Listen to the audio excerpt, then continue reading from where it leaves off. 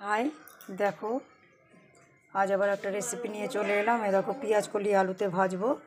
আর দেখো রুটি হয়ে গেছে, এই রাতের ডিনার এটা। রুটি হয়ে গেছে, রুটিটা আর দেখালাম না। আর দেখো পেঁয়াজ কলি আলুতে ভাজবো। কড়াই বসিয়ে দিয়েছি, কড়াই গরম হয়ে গেছে, এবার তেল দেবো। তোমরা কে কোথা থেকে দেখছো কমেন্ট করো।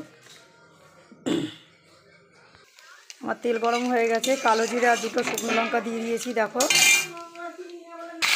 দেখো পেঁয়াজ কলিগুলো দিয়ে দিলাম।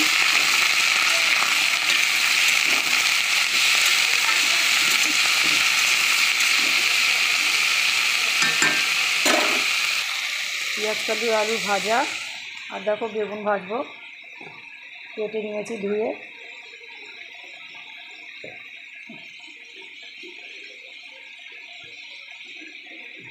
হলুদ দিলাম,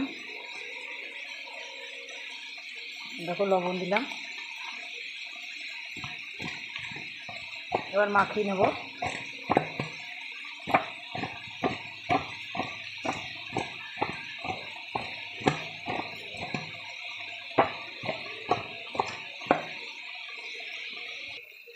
দেখো আমার বেগুনে নুন হলুদ মাখানো হয়ে গেছে।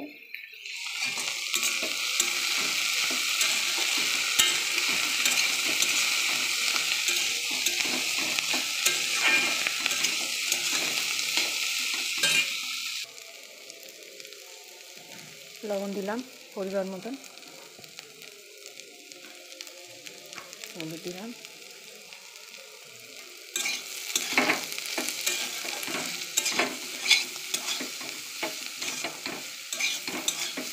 না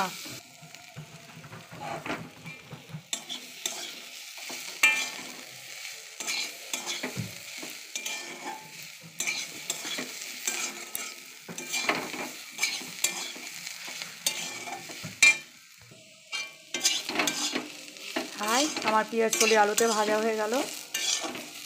এবার গ্যাস অফ করে দেবো। এরপর বেগুনটা ভেজে নেব।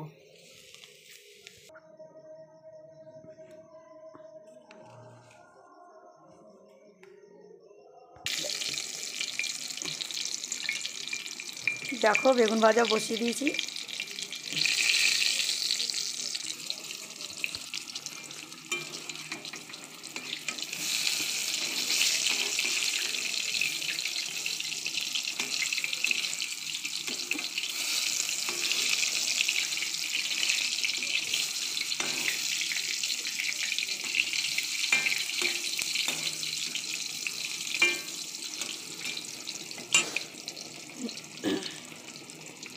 পেঁয়াজ কলি ভাজতে গিয়ে কড়াইটা আমার দেখো কেমন লাল হয়ে গেল।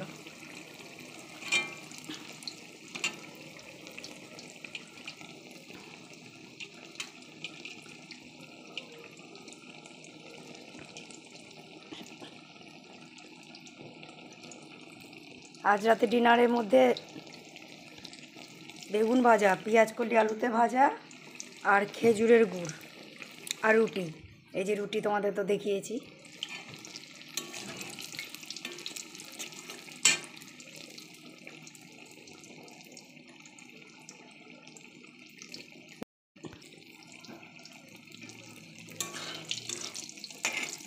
মটন বিরিয়ানি দিনে করেছিলাম।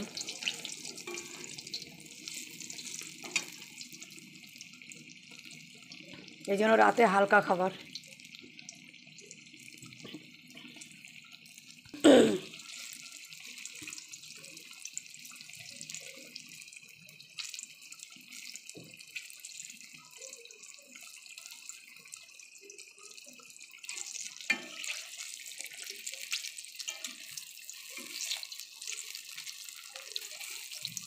আমার বেগুন ভাজা হয়ে গেছে, এগুলো তুলে নেব।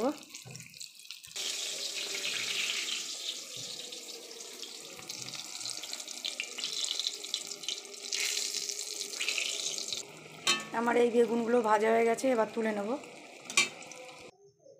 আমার বেগুন ভাজা হয়ে গেছে, দেখো বেগুন ভাজা হয়ে গেছে। আমার পেঁয়াজ কলি আলুতেও ভাজা হয়ে গেছে, রুটিও হয়ে গেছে। আমি গরম জলে আটা সেনে রুটি করি, তাহলে রুটিগুলো নরম হয়। তাহলে এখানে আমি আমার ব্লগটা শেষ করছি। Bye bye.